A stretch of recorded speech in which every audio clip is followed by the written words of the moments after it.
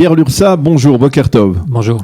Merci d'être venu dans notre studio ce matin pour clôturer cette semaine d'actualité et pour parler d'un sujet qui vous touche puisque vous êtes juriste et nous voudrions parler avec vous de deux développements qui se sont produits cette semaine.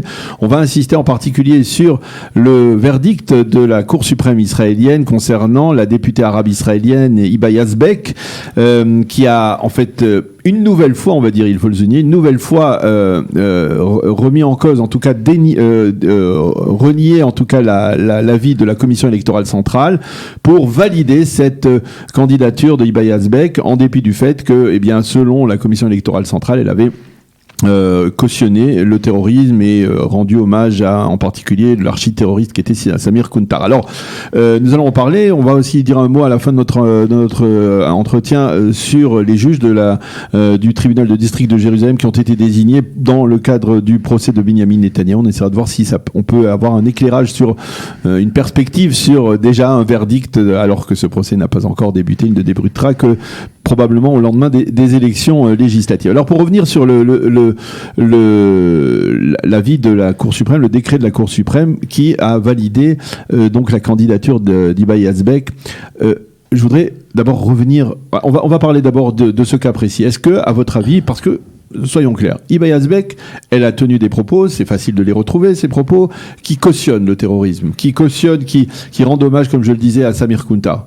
Comment une Cour suprême peut-elle, après, dire, eh bien non, elle ne cautionne pas vraiment, ou alors il y a ce qu'elle appelle la massacritite, c'est-à-dire comme si c'était au poids, c'est-à-dire que le terrorisme, si on le vante à 10 kilos, c'est interdit, mais à 9 kilos, c'est permis. Expliquez-nous. Oui, je crois que c'est une question la première question qui se pose, c'est comment est-ce possible? Est-ce que, il y a pas seulement Samir Kuntar, il y a Dalal Mughrabi aussi qui rappelle quand même Samir Kuntar qui avait tué dans des circonstances particulièrement horribles une petite fille de 4 ans.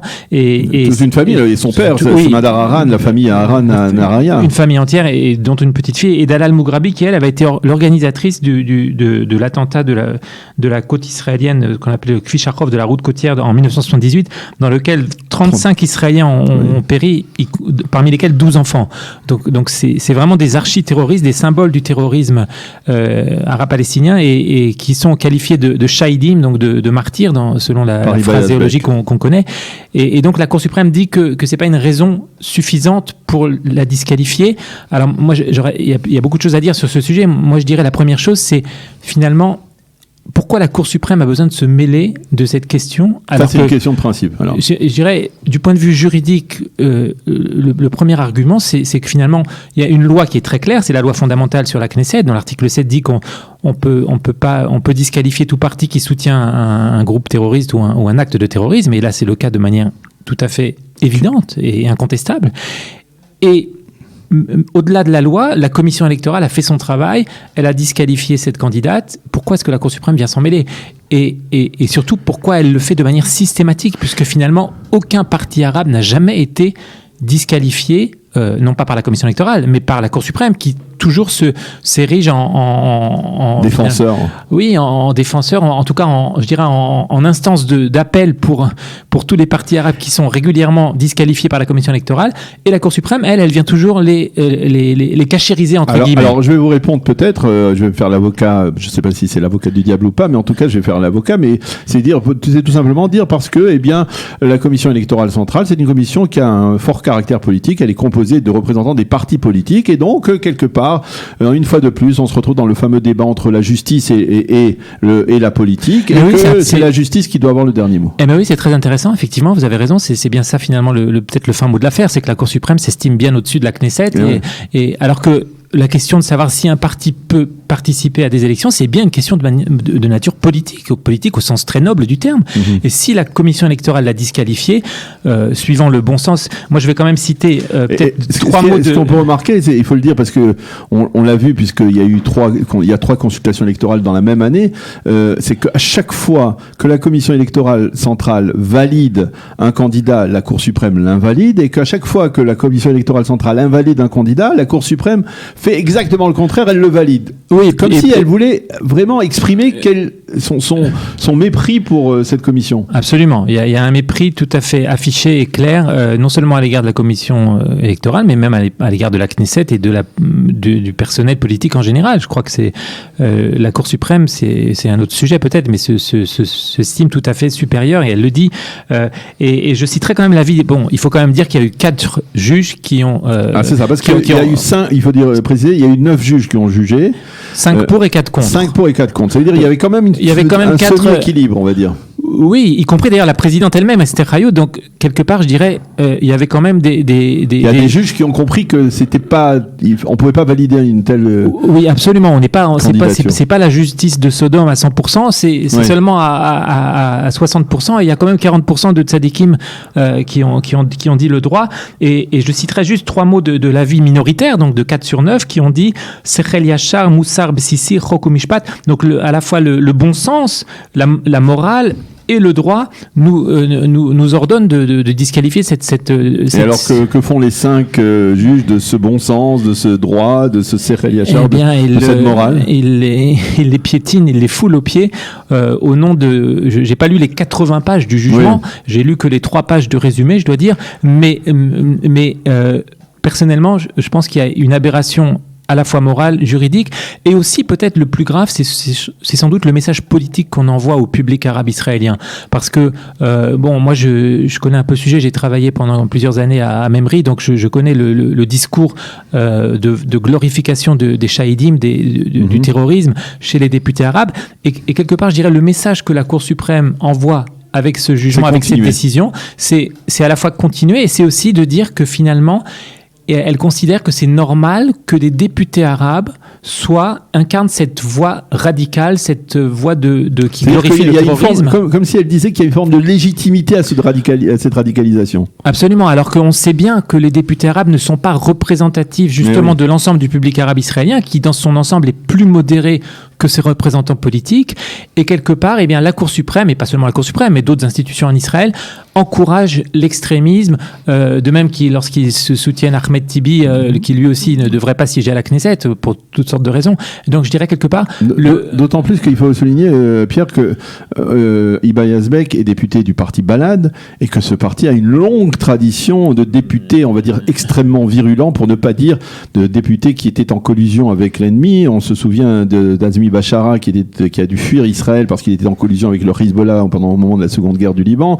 On se souvient de Bassal Gattez et qui a été attrapé main dans le sac en faisant rentrer des téléphones portables dans une prison de députés, de détenus palestiniens. Et puis on se dit bien entendu Hanin Zohabi qui était connu pour on va dire son militantisme à outrance, on va dire. Oui, il y a personne qui dit non, Balad, c'est déjà au-delà de tout ce que l'on peut tolérer dans un régime démocratique. Il y a des gens qui le disent, mais eux-mêmes, par contre, souvent sont eux-mêmes exclus de la Knesset. Il faut quand même faire rappeler que depuis 1992, les seuls partis qui ont été invalidés et dont la Cour suprême a justifié l'invalidation, c'était le parti Kach et le parti Kahanachaï en 92, et ensuite le député Michael Ben-Ari, qui curieusement avait siégé dans la 18e Knesset et ensuite a été invalidé dans la 19e. Donc on voit bien qu'il y a, au-delà de l'argumentation juridique et du pile-poule juridique, il y a un parti pris politique, et surtout, à mon sens, le plus grave, c'est qu'il y a un message politique, je dirais, qui est très, très inquiétant, c'est-à-dire que finalement, la Cour suprême, si vraiment elle s'estime au-dessus non seulement de la lettre de la loi qui est claire, parce qu'il n'y a pas besoin d'interprétation, la lettre de la loi est très claire, et si elle s'estime au-dessus de la commission électorale, alors le minimum qu'elle pourrait faire, je dirais, c'est d'avoir un message pédagogique vis-à-vis du public israélien en général et du public arabe israélien, c'est-à-dire de dire au public arabe israélien, vous avez le droit d'élire vos députés, vous faites partie de la démocratie israélienne, mais n'élisez pas à la Knesset des gens qui glorifient le terrorisme. Et je pense que c'est quelque chose d'évident sur lequel tous les partis politiques devraient se mettre d'accord, et il faudrait peut-être il faudrait que la Knesset ait le dernier mot sur cette affaire. Et donc, de facto, on dirait que la Cour suprême encourage des partis comme le parti Balad à nommer justement des gens qui sont borderline ou même au-delà de la borderline. Oui, je pense que, et moi personnellement, c'est mon sentiment, je dirais le plus grave dans cette affaire, au-delà de l'aberration morale et juridique, c'est le message politique qui est envoyé au public israélien, c'est le fait que la Cour suprême, quelque part, encourage l'extrémisme au sein du public arabe israélien. Alors, on parle de la Cour suprême, alors on va descendre un peu dans la hiérarchie des tribunaux en Israël pour parler du tribunal de district de Jérusalem. Et alors, je le disais tout à l'heure, on a appris on a pris connaissance du nom des 3 juges qui vont juger Binyamin Netanyahou dans son procès, les fameux dossiers 1000, 2000 et 4000. De l'avis général, ce sont des juges qui, pour 2 d'entre eux au moins, sont des juges extrêmement rigoureux, sévères, intransigeants dans toutes les affaires de corruption, ce qui n'est pas de bonne augure pour Binyamin Netanyahou apparemment, même s'il y a dans la presse israélienne des gens qui disent que chaque dossier c'est un dossier séparé. Mais je voudrais revenir avec vous en tant que juriste sur un point. C'est le président de la cour du tribunal du district de Jérusalem, le juge Aaron Farkash, qui a désigné ces 3 juges. Lui, il s'est exclu il aurait pu présider ce tribunal, il s'en est exclu parce que c'est quand tout de même un premier ministre, mais il s'en est exclu parce que apparemment il prend sa retraite dans 3 ans et il semble estimer que le procès risque d'aller au-delà de sa prise de retraite.